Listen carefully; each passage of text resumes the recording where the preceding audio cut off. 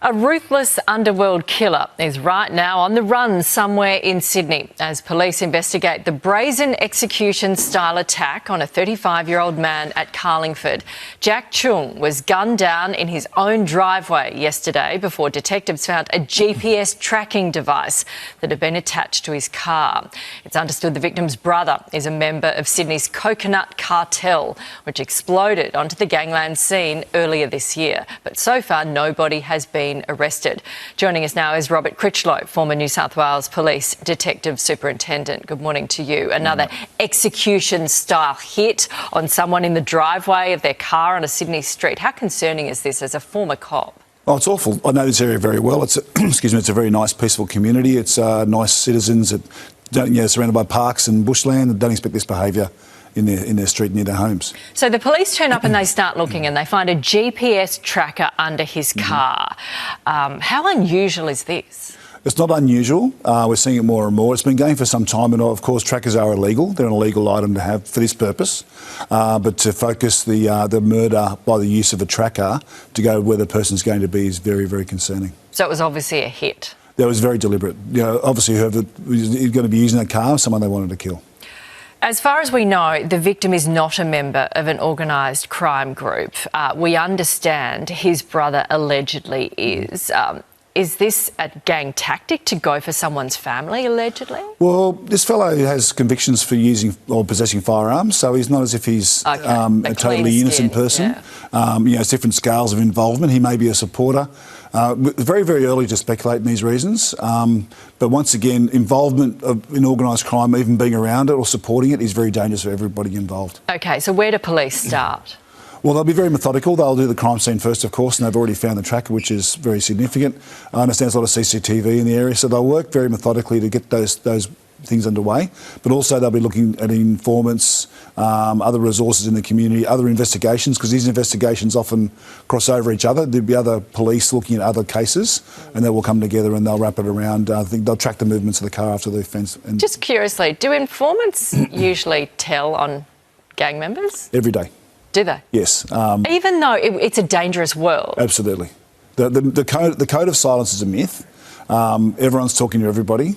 Police will often know very clearly what's, in an organised crime sense, what's going on, but then the evidence part comes. Okay. So the organised crime investigators will be talking to people they know who can point them in the right direction so they can focus their inquiries, but the homicide investigators will be very methodical, evidence-based, and they're going to prosecute on evidence. OK, thank you very much. Here's Sherbo. Police are investigating accused childcare predator Hamish Tate. They're appealing for more help. They've released images of clothes that could be linked to potential victims dating back years. More families have come forward, but there are still 16 children officers need to identify. As Hamish Tate begins his second year in custody, detectives still work to find all the children he's accused of preying on. We understand that families want answers quickly, but we must be thorough to identify every victim. With 16 alleged victims still unknown, they've released images of their clothing, hoping parents or carers will recognise them. A puffer vest with a dinosaur pattern, likely taken at a Rouse Hill childcare centre in June 2023. Distinctive shorts and T-shirt with an animal pattern, also believed taken at a Rouse Hill centre between February 2020 and March 2024.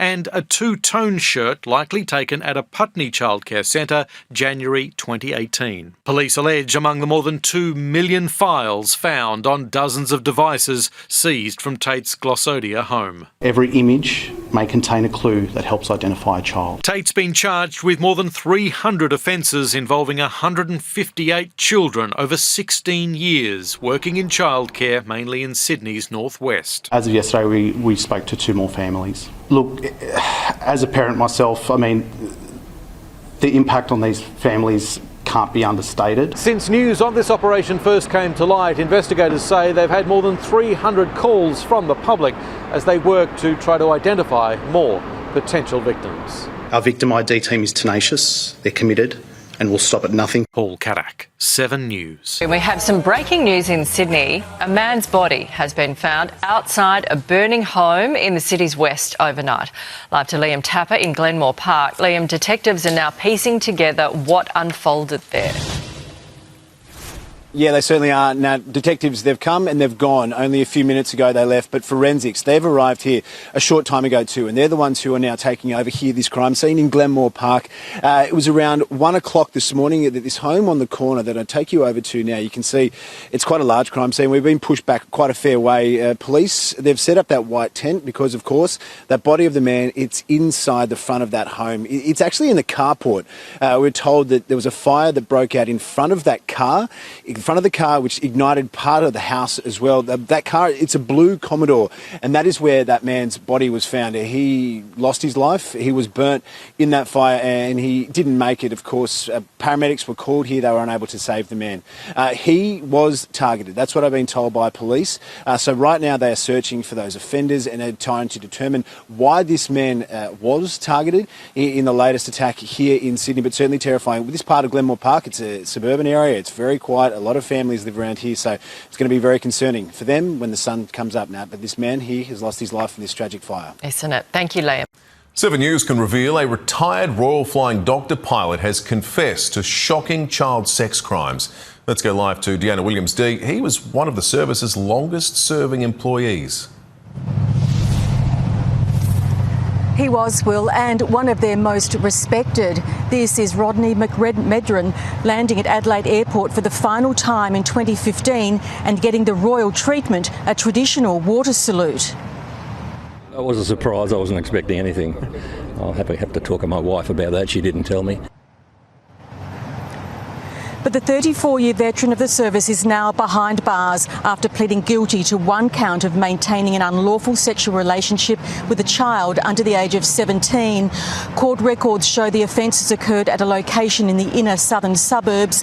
The victim, who we can't identify, it was under the age of 14. 78-year-old Mcredmond, affectionately known as Rocket Rod, was a highly regarded pilot with the RFDS and hailed a hero for his rescue efforts during the 2005 Black Tuesday bushfires. He's penned a letter of apology to the victim, who's chosen not to accept it. Mcredmond's due back in court next month, and this afternoon I spoke to his wife, who says that she supports him. Will. We can now show you exclusive pictures from a dramatic takedown in Adelaide CBD. Police chased this Rosewater man through Rundle Mall before he was tackled to the ground. More officers piling on to restrain the agitated 23-year-old. Wanted on an outstanding warrant over a robbery last month, he's also accused of resisting arrest and repeatedly punching an officer. During the arrest, an innocent woman was struck. Her head hit the footpath. The man was refused police bail and will face court today.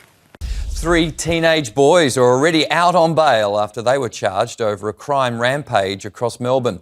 2 17-year-olds and a 15-year-old are accused of stealing a car before using it to ram raid several businesses in a series of tobacco firebombings around Yarra and Mentone.